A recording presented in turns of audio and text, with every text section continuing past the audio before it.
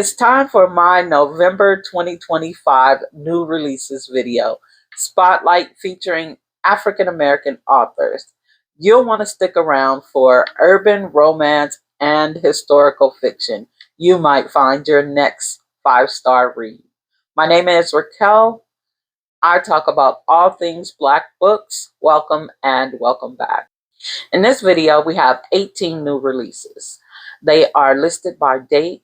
I'm going to read the synopsis and let you know if I think I'm interested in the book or not, and you can let me know what you think in the comments. Let's get started.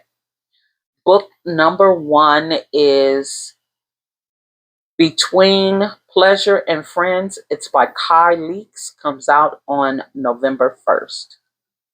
Headstrong and spirited, personal stylist consultant Asia Grant has jet set her way to Accra, Ghana. She is enjoying the passion of her work, consulting for a video shoot and taking in the beauty of West Africa. That is until a familiar sultry surprise of a visitor bombards her. One, she is known to run away from the second they show up because to the world he's supposed to be just her friend. But between the two of them, the young members of the Brothers of Kemet is anything but just friends.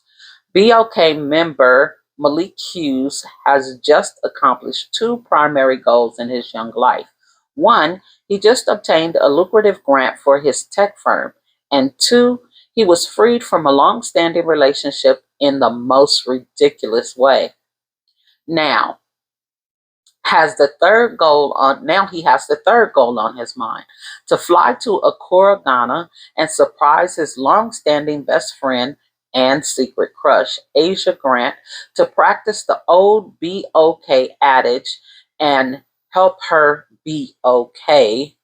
Will the boundaries of just friends stay platonic, or will the vibrancy of Ghana ignite a passion of buried lines and an enduring situationship between the pair?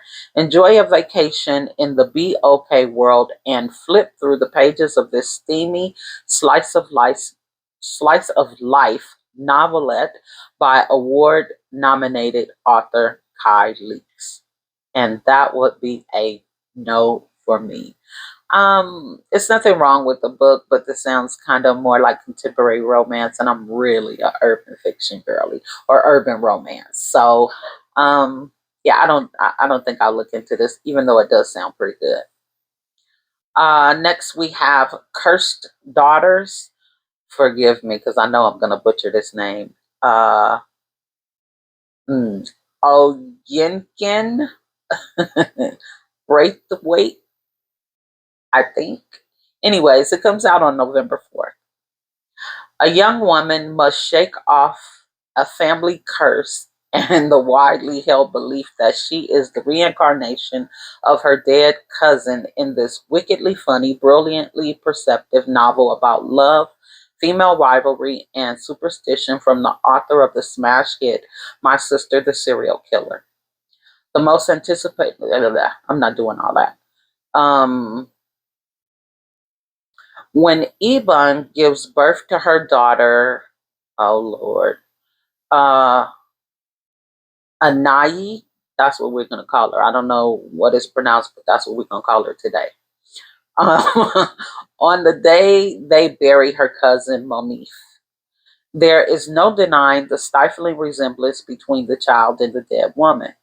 So begins the belief, fostered and fanned by the entire family, that Inai is the actual reincarnation of Manif, fated to follow her in her footsteps in all her ways, including her tragic end. There is also a matter of the family curse. No man will call your house his home, and if they try, they will have no peace, which has been handed down from generation to generation, breaking hearts and causing 3 generations of abandoned Fullerton women to live under the same roof. When Anayi falls in love with a handsome boy she saves from drowning, she can no longer run from her family's history, as several women in her family have done before. She ill-advisedly seeks answers in older, darker spiritual corners of Lagos, demanding solutions. Is she destined to live out the habitual story of love and heartbreak? Or can she break the pattern once and for all? Not only avoiding uh, the spiral that led to the spiral that led Monique to her lonely death, but liberating herself from all the family secrets and unspoken traumas that have dogged her steps since before she could remember. Cursed Daughters is a brilliant cocktail of maternity and suspicion, vibrant humor, and hard won wisdom, romantic love, and familial obligation. With its unforgotten cast of characters, it asks us what it means to be given a second chance and how to live both wisely and well with what we've been given. Not really. Not my thing. Next, we have Look by Michelle Obama, comes out on November 4th. And this one has really long synopsis. So here we go. As a cultural icon known for redefining traditional style, Michelle Obama makes another fashion statement with her new book, The Look. The highly anticipated illustrated volume features her most memorable looks and never before seen images. Oh wow, this sounds like it sounds like they're gonna have her clothes in this one, what she wore to different events and things like that. So this one sounds pretty interesting. Bold yet relatable, strong yet feminine, and formal yet playful, the First Lady grants us an intimate lens into her personal style evolution. A deluxe signed edition of the Lookbook, a stunning journey through Michelle Obama's style evolution in her own words for the first time, with special features including elegant sprayed edges, a gorgeous cloth bound case, and a ribbon marker. In this celebration of style, from the moment entered the public eye during her husband's U.S. Senate campaign, through her time as the first Black First Lady, and today's as one of the country's most influential figures. Michelle Obama shares how she uses the beauty and intrigue of fashion to draw attention to her message. Featuring the voices of Meredith Hoop, Obama trusted stylist, as well as her makeup artist, Carl Ray, hairstylist, Yeni Dimtu, and Najeri Broadway, and many of the designers who have dressed Obama for notable events. The look brings readers behind the scenes not only to reveal how her most memorable looks came together, but also tell a powerful story about how we present ourselves.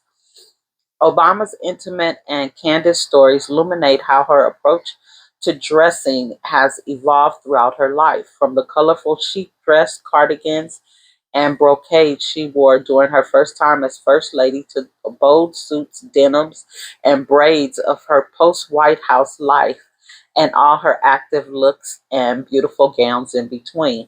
In the look, Michelle Obama explores the joy and the purpose of fashion and beauty, and how and when wielded with grace and care, they can uplift and affirm the value one holds most dear.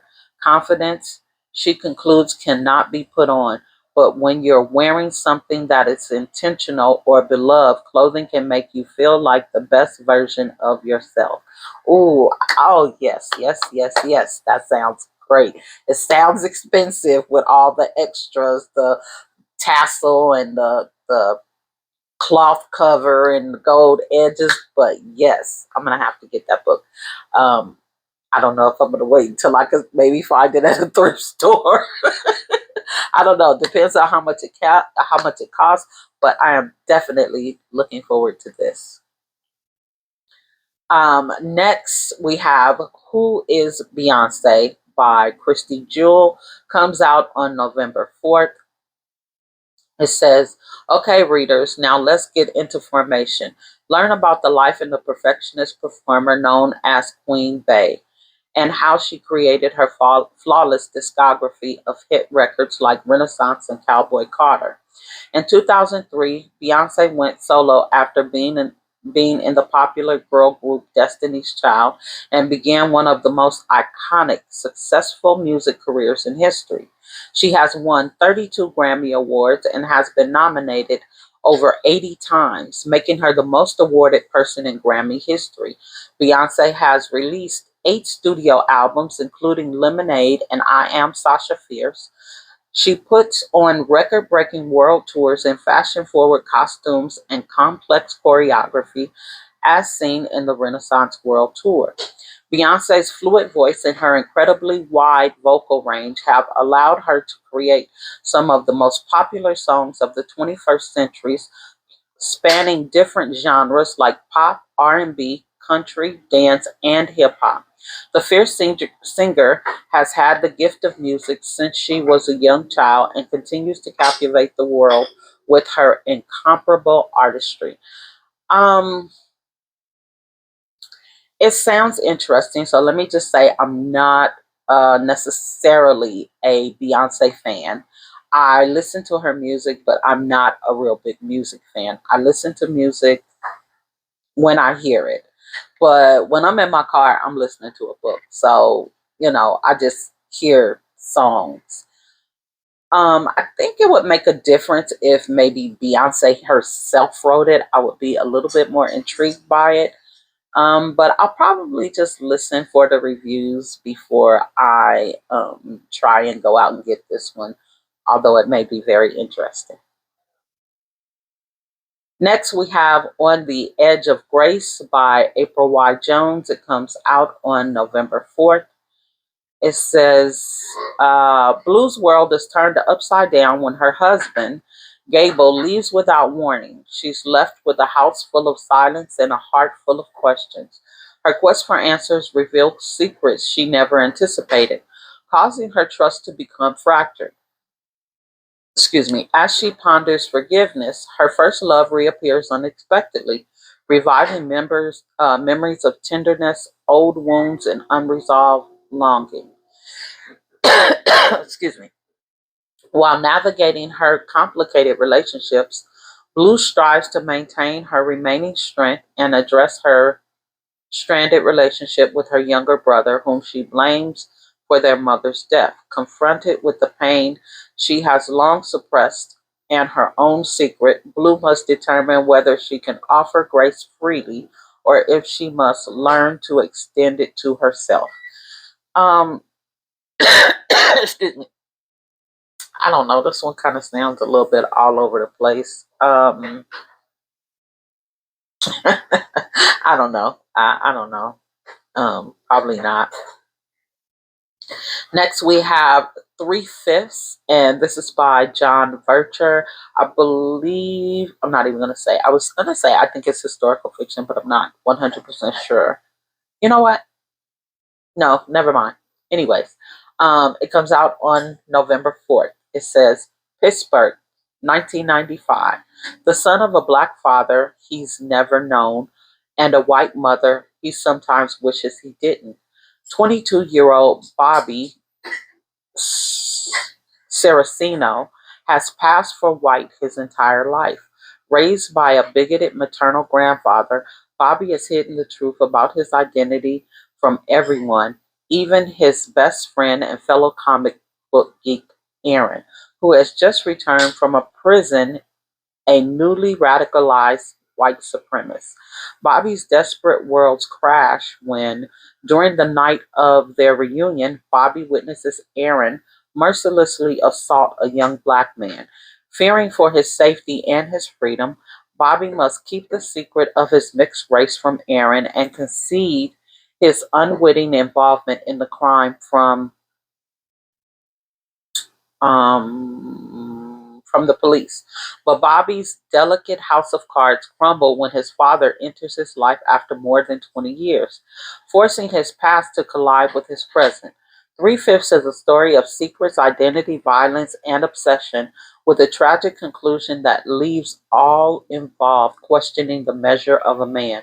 The book was inspired by the author's own experiences with identity as a biracial man during his time as a student in the 90s, amidst the simmering racial tension of the LA riots and the O.J. Simpson trials. This is a definite yes.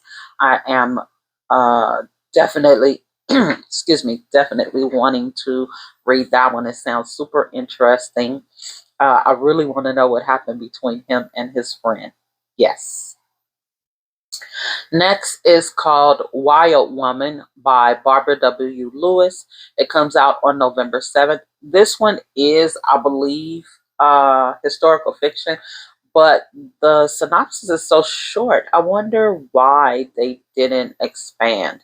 Anyways, here it goes. A Wild Woman is compelling, excuse me, A Wild Woman is a compelling multi-generational saga following an African American family from the days of slavery to our contemporary world, with characters who are by turns tragic, strong, resilient, and triumphant. And that's it. I wish there was more telling what the actual book is going to be about. Either way it goes, I am definitely looking forward to this book.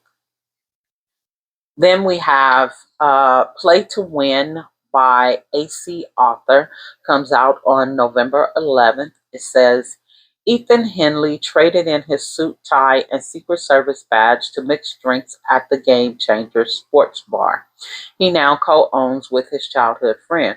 Returning to their hometown where they've been branded the bad boys wasn't part of the plan. But now that they're back, they're determined to prove everyone in the town wrong. For Ethan, that means making amends with the girl whose heart he'd unintentionally broken during high school. Portia Marin left Providence and the awkward life she led there behind long ago. After a messy breakup and her retaliation leads to her unintended stardom as a sex instructor on YouTube, she decided to roll with it despite her lack of actual experience in the subject, and is now on tour to promote her first instructional book. Life's looking pretty good for Portia right now until the weather and the sale of her godmother's house leave her stranded in Providence, and her old high school crush shows up with a copy of her book. Play to Win is the first book in the Game Changers series, featuring six foster brothers. Each book is a standalone with the HEA, whatever that means. This is a spicy second chance forbidden love contemporary romance, which features scenes of an explicit sexual nature and mature language. Um, that's a maybe. Next is I Wish I Didn't Miss You by Sierra Miller. It comes out on November 14th. Nia Logan. She's smart, savvy, and has the talent for styling hair. She spends her summer days on the front porch braiding her clients' hair and gossiping. Her dream is to become a successful hairstylist and start up her own salon in Miami, but an even bigger desire often finds itself tugging on her heartstrings. Will she be able to have her cake and eat it too? Jamel Wesley, star football prodigy destined for the NFL. Always the ladies' man, he had plenty of girls vying for his attention. Nia was his girl, but his eyes wandered. What he couldn't get from Nia, Jamel starts seeking for it elsewhere. Will his actions come back to bite? Jabari Green, poised to be an NBA prodigy if you let his father tell the story, he spent most of his days practicing his skills to become the best of the best, but his heart wasn't set on becoming the next Michael Jordan, but he'd never tell his folks that. Jabari had simple dreams and wanted to live a more private life, and that private life included having the only girl he's ever had eyes for. Will he grow the courage to chase after that? That one sounds a little interesting. I like the whole wanting to be a hairstylist, thing. So that's a maybe. Next is In the Arms of Grace, and another name that I'm probably going to butcher to death. A medium Edom. November 15th is when it comes out. It says, after enduring a traumatic childhood, Ella has resigned to believing that nothing good can come from her life. Oh, that's terrible. Burdened by her past and desperate for escape, she chooses a path that offers fleeting relief but threatens to consume her entirely. But when all hope seems lost, she crosses paths with Michael. Michael is everything Ella never believed she deserved, a kind hearted Christian, good looking and emotionally stable. He sees beyond her pain and imperfection and is determined to guide her towards healing and self worth. As their lives intertwine, Ella begins confronting her past and rediscovering the possibility of hope, love, and redemption. But can Michael's faith and commitment be enough to help her embrace the life she never thought she deserved? That sounds like Christian fiction and right up my alley. So yeah, I'll probably check that one out. I generally don't write them down or anything. Just throughout the time that I'm looking for books, I will run across them and I'll see at that point if it's something that I'm really interested in. And then we have Medusa by Anya Gray, comes out November 18th. And I can tell you off the top, I am definitely interested in this one. It says, Medi has spent her whole life as a footnote in somebody else's story, out of place next to her beautiful immortal sisters and her parents, both gods, albeit minor ones. She dreams of leaving her family's island for a life of adventure. So when she catches the eye of the goddess Athena, who invites her to train as an esteemed priestess in her temple, Medi leaps at the chance to see the world beyond her home. In the colorful marketplace of Athena's and the clandestine members of the temple, Maddie flourishes in her role as Athena's favorite acolyte, getting her first taste of purpose and power. But when she is noticed by another Olympian, Poseidon, the course of Maddie's promising future is suddenly and irrevocably altered when her locks are transformed into snakes as punishment for a crime she did not commit. Medusa must embrace her new identity, not as victim, but as vigilante, and with it, the chance to write her own story as mortal, martyr, and myth. That sounds super interesting. Exploding with rage, heartbreak, and love, I, Medusa, portrays a young woman caught in the cross currents between her heart's deepest desire and the cruel, careless games Olympian gods play. Yes, I love Greek mythology. Um, Not so much the I don't know, because I started when I was a kid, and so it was more cartoony when I was a kid. But now that I'm older, it takes a certain kind, and this one is it. I am so looking forward to this book. Next, we have Black, White, Colored. It is by Lorette Malloy Noble and Lee Annette Noble. Comes out on November 18th. Excuse me. An absorbing investigation into little known historical tragedy, an insurrection which upended a resilient and wealthy Black community who found themselves in the clutches of an insurrection at the turn of the 20th century in Lawrenceburg, North Carolina.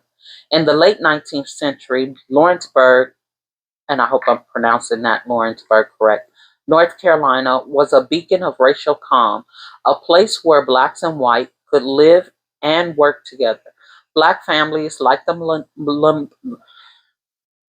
Black families like the Malloys became landlords, business owners, and doctors, thriving together and changing the economy's landscape.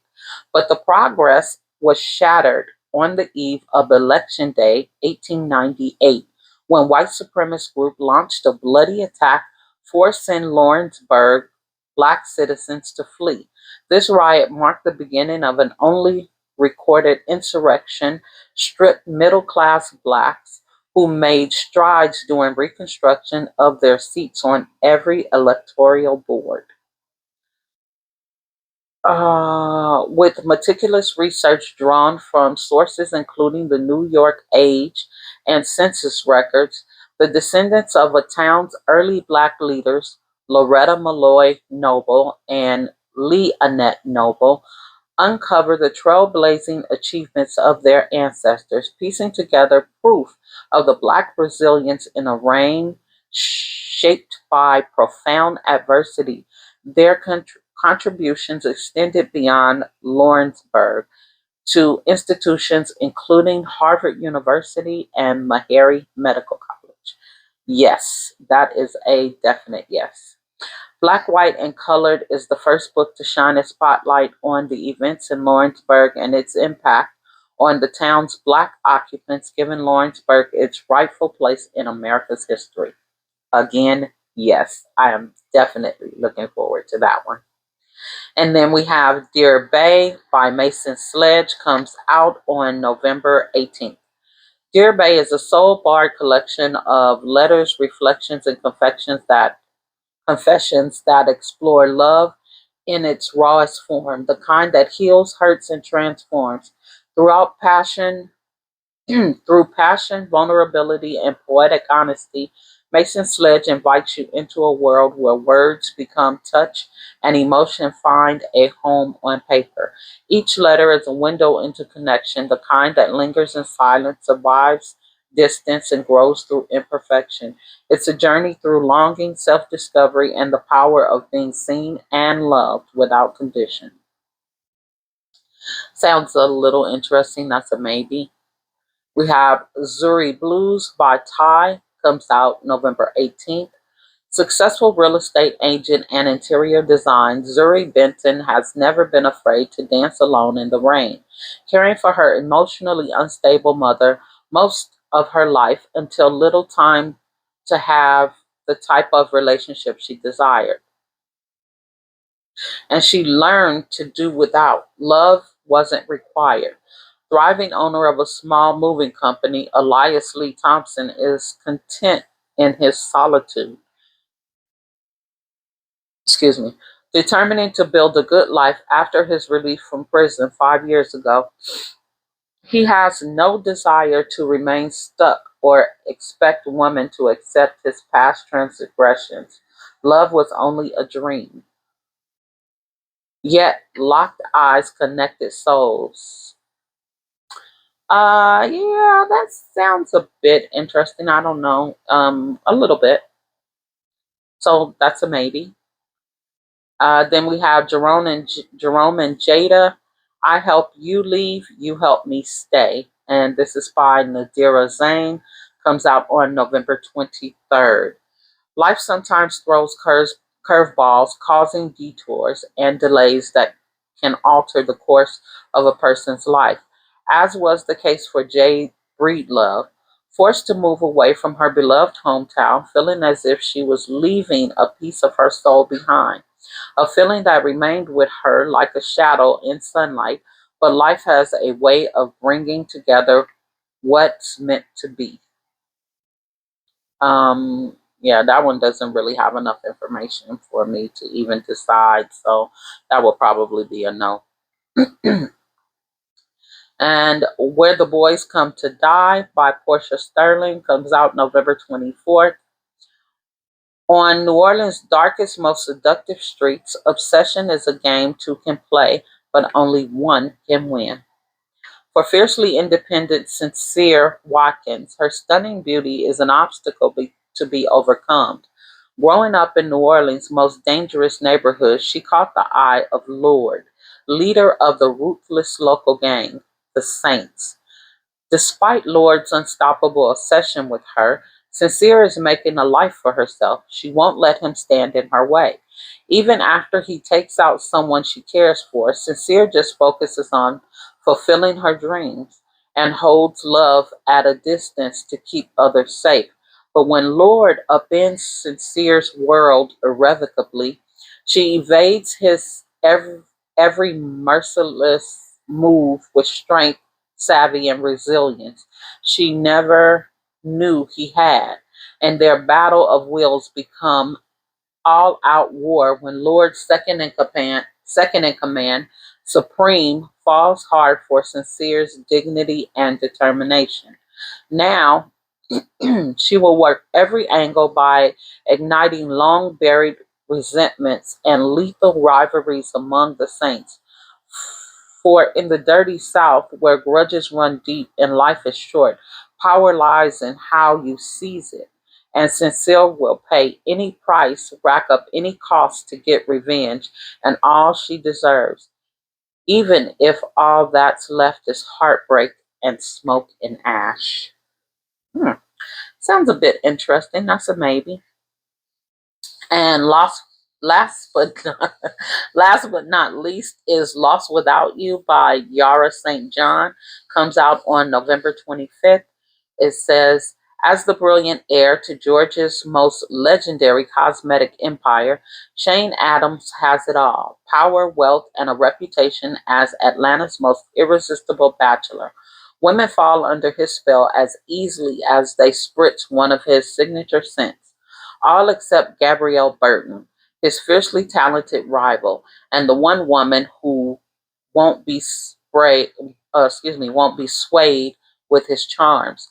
Determined to conquer the unattainable, Shane sets out to seduce Gabby, igniting a game of passion neither of them can resist. Gabrielle has always admired Shane from afar, sincerely captivated by the hauntingly VP sincerely captivated by the hunky VP who rules every boardroom and bedroom he enters.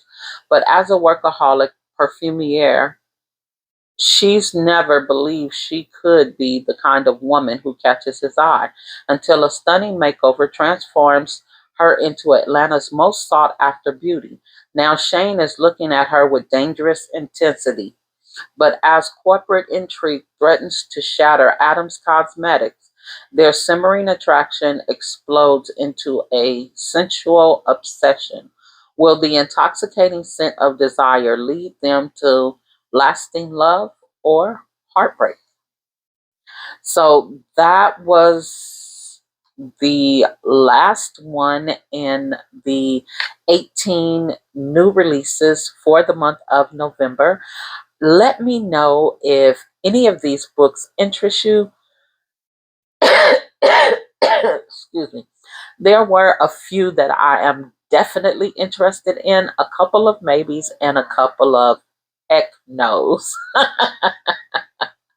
So if you enjoyed the video, don't forget to give it a thumbs up.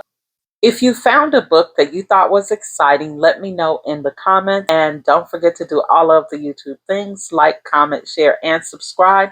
Until next time, see you soon.